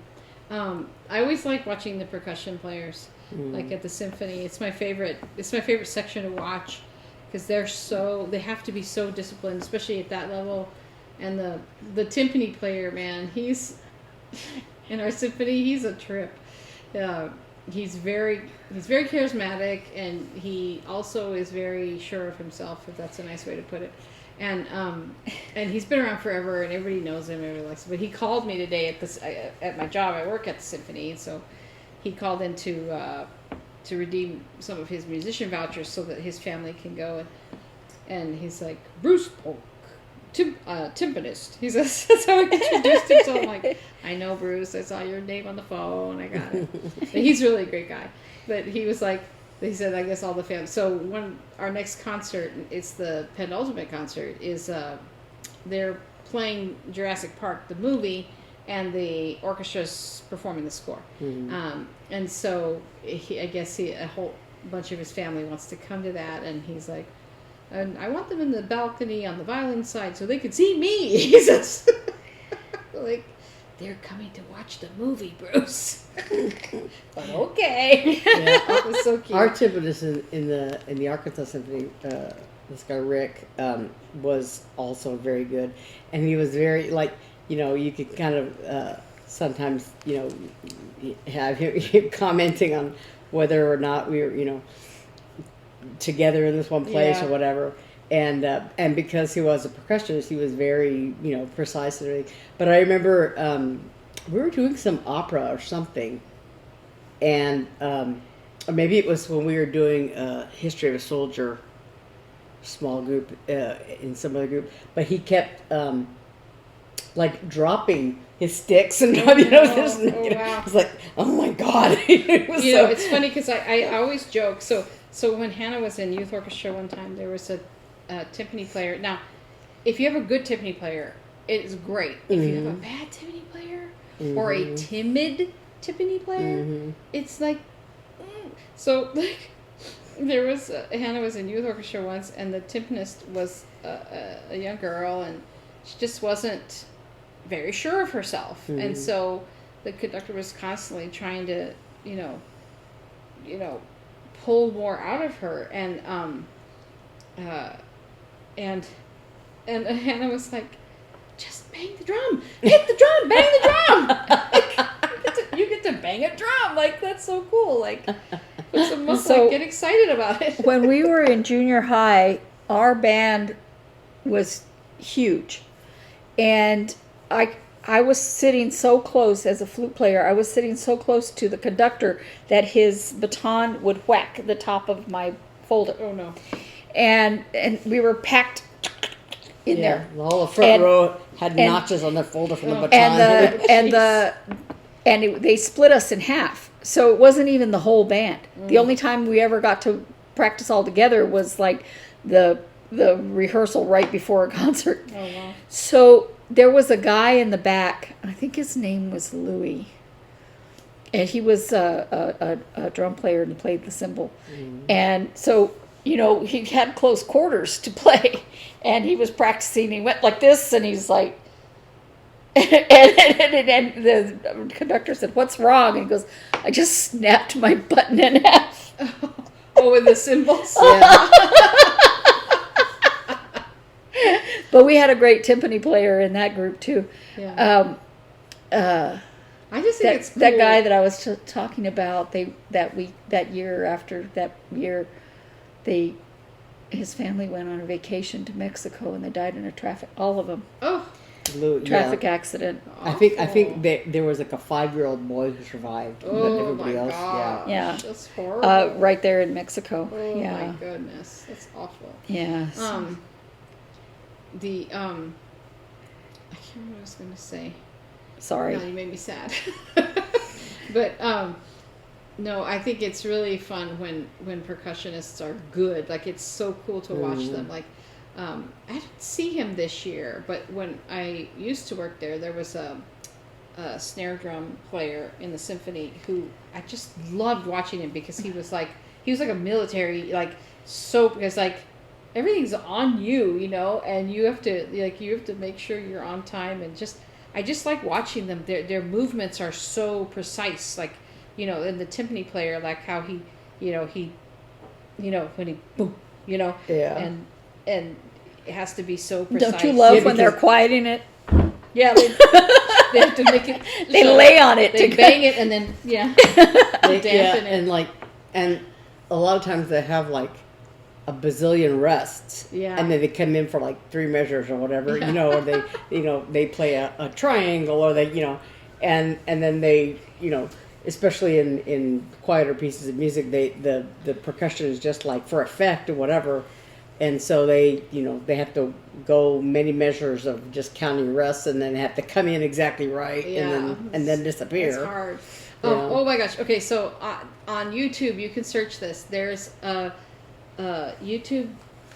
There's many of them, but you just have to watch it to see if it's the one. But there's classical music fails, and there's one or there's several of them. But there is one out there where there's a guy playing timpani in a pit orchestra, obviously because he couldn't do it in real life. But he's sitting back like this. I mean, couldn't do it on stage. He's sitting like this, and he has his feet on the timpanis, and he's going dum, dum, dum, dum, like this, just having a ball. But his feet are up there, like, and he's just hitting it. I'll see if I can find it later. But anyway, it's so funny. It makes me laugh so hard. And there's this other video. I'm gonna have to search for it, but it's a GoPro on a viola, Oh. and they're playing. I believe it's one of the Four Seasons pieces. It's like Vivaldi or maybe Handel, like a Baroque piece, because the alto part of anything like that is usually pretty sparse, because it just makes me laugh so hard because he's obviously playing with a lot of gusto, but it's just that, like, it's just so funny. And you hear the violins, you can see them behind or beyond because I think it's like this, the GoPro is this angle onto maybe it's like on his shoulder or something, so you can see the viola and hear it mostly, and then beyond it you hear the violins and they're playing all this fancy stuff, but his part is just and it makes me laugh inordinately, like disproportionately funny to me. I don't know why it cracks me up, especially because it's a viola. And look up viola jokes. But it's so funny. There's some, but look up classical music fails. There's a lot of really funny things. Like this one girl is playing and the tip of her bow pops, the hair pops off, and she doesn't realize it for a few like beats, and she's just hitting the stick on the strings. Oh my gosh.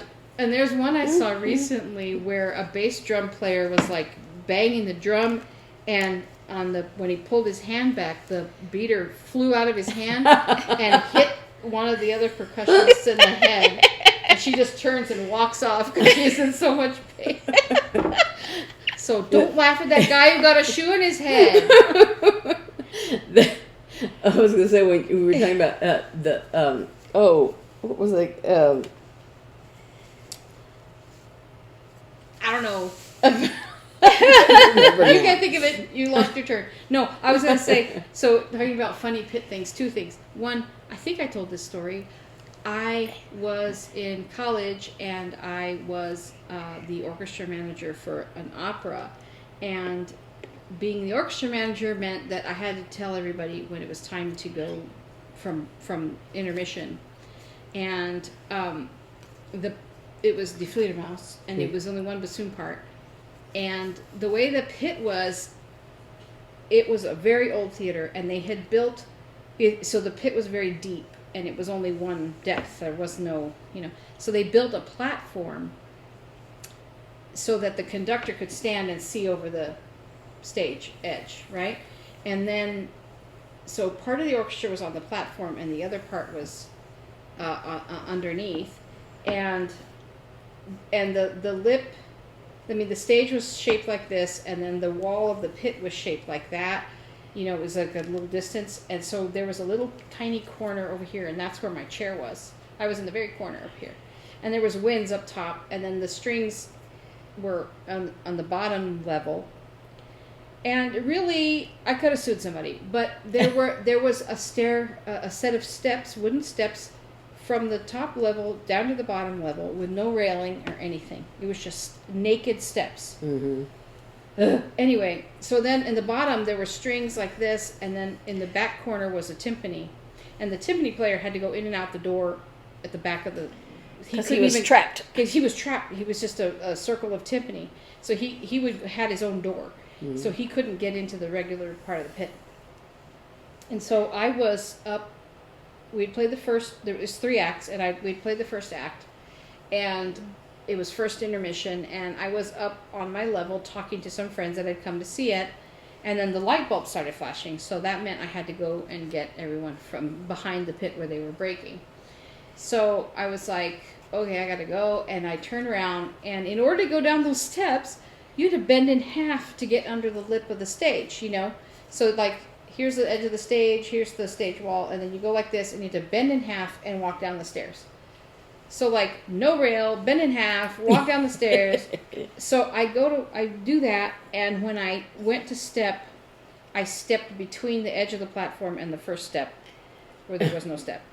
And I fell, and I grabbed a chair. It was just a folding chair, and I grabbed it and pulled it down with me and fell into the bottom level of the pit and flattened the stands of the string section that was right there. Luckily, you didn't flatten a string. Well, they didn't have their instruments in there. Yeah, thank God. And the timpani player was in his little hole, kind of warming up, and he was like, "Ah!" He couldn't reach me. And when I fell, I basically scraped my leg along the edge of the stair, and I just flattened everything. And I was like, "It's time for the second act." So I picked myself up, and nothing was broken. I was torn up. My leg, I still have a dent in my leg from that, and I was just shaking, and everything. They're lucky you weren't seriously injured. I know. And I just basically walked back up the stairs and went to my seat, and I'm sitting there, and I'm throbbing, and everyone came in, and nothing was. The chair I pulled down had a flute on it, but it was in its case, so it was fine. So nothing in the bag, in the case in the bag, and nothing broke. I didn't destroy anything. Except yourself. Except myself. So I'm sitting there, and we start the entr'acte, the second act, and I had a solo, and the conductor was a pill. He was a horrible pill, and I'm sitting there like, I'm hurting, and I missed my solo entrance, and he turned and looked at me like that, and I went, gave you the evil eye. what do you want? Sue me. And then Sue me, and I'll take your if you've been with us before, you probably heard the story before. But then I go second intermission, and I go back, and there's a phone backstage, and I call my husband, my future husband, who we were just dating, and I called him, and I said, I fell in the pit during the first intermission. I really got hurt, and he goes, well, that was stupid. And I still married him. You know that? Yeah, so that's my favorite pit story. And then the other one was when I was in high school, thanks to her, I got gigs playing in the Civic Light Opera in Albuquerque. And it was all, shows. It's like community based, right? Yeah. It was. It was all musicals. Yeah, musicals. You know. And so one of the ones I played was Brigadoon, and Brigadoon, is set in Ireland. Scotland. One of those where there's lots of fog, and the whole story is that the city appears out of the fog, and then every so many years, and then disappears again, and. Somebody from there falls in love with somebody who's going to disappear, la la la la. Wow. But, so then whenever Brigadoon appears, there's all this fog, and so there's a fog machine, the dry ice machine, and it goes rolling, and because it's like tons of this fog, and it goes rolling, and it's rolling while we're playing the overture or whatever. It's heavier than air, so it just falls in the pit. Yeah, it just would go like this over the pit, and where I was sitting, and it smells funny. Mm-hmm. It smells weird. It's very chemical smell. And so here's my music, my stand, and the edge of the stage is right here, right above my head. So we're playing, and I just had to memorize that part because the fog would come down so thick that I could not see my stand, like this far in front of me. And I'm like, I think this is what it is. And I just had to memorize it. And I'm playing and smelling that. To this day, that smell still reminds me of that show. My gosh, crazy music stories. Yeah. But we are so glad, huh? Well, I was going to say that one of my favorite stories when you're talking about classical music fails, I don't think I was there. There was I think it was maybe before I got in the Arkansas Symphony. This guy Ray, he was our third bassoon contra player, but this one piece, I don't know if he had the wrong piece of music. Oh, no. Coming for the next one that we played or whatever, the next one that they played. I don't think I was there, but he was supposed to like come in on a C natural at the beginning of the piece, and he played a C sharp or something that. So it was just like the wrong note and very Sticking exposed out. and no. just like, my gosh. Yeah. Nightmares. But another injury, music injury. See, it's like a dangerous You think sport. all these injuries are in sports? Yeah, it's like a dangerous sport. So, okay, if any of you've played music in a school or institution, you know there's these black metal stands, right? Most of them are Manhasset, although now there's other brands made. But the worst thing you could ever, two things about Manhasset stands. There's two awful versions of them. One where the head won't stay up. It just flops like that. And it's useless because it will only go straight like this and your music falls off. That's reject. Get away from me. Oh no, 3. And the second one is where the bottom nut Bolt where the feet loose. are is loose and does this. Yeah. And the third and the most awful version of a Manhasset stand is the decapitated stand. And this is because you don't know it's decapitated. And there was a day I had my horn across my lap, and it's a decapitated and stuck. Yeah. Those are the two things. Because it's almost always probably the reason it's decapitated is because the inner pole that's supposed to slide in and out is stuck down. So at some point, somebody trying to pull it up just wound up pulling up the head off of it and then put it back, right? So you don't know this. So you're trying to pull. I leaned forward. I had my music on there, and I leaned forward like this because I couldn't just raise it with one hand. And I'm pulling like this with two hands on the stand, and it's metal. It's a very thin, very hard metal stand. And back here, behind the music, the edges are rolled back, but not on the lip where the music stands. It's just edge, metal edge. And I'm pulling like this, and it popped off, and that metal edge cracked me right in the throat. Ow. I thought I was going to die. It is the worst thing. So I'm like, I always like test them like this. Does it work? Does it? Yeah. Reject. Get away from me. In the symphony, when I was in there, it was always like you get to rehearsal and you're like, oh yeah, put that in the viola section. Or the trombone or something. It's like, Yeah. The best thing about getting to a rehearsal I don't know early where that stand came is from. to make sure your stand is good, because man, bad stands. Oh, we better the go. worst. We've been Yeah. chattering forever. Yeah. Well, excuse me. Thank you so much for spending your Mother's Day with us. Yes. Sorry. We know you're not watching us on Mother's Day. You spent your Mother's Day with your mom and Or your kids. your kids. Yeah. Yeah. But thank you for joining us again this week. We hope you had a great Mother's Day. And we will see you next week. Bye. Bye.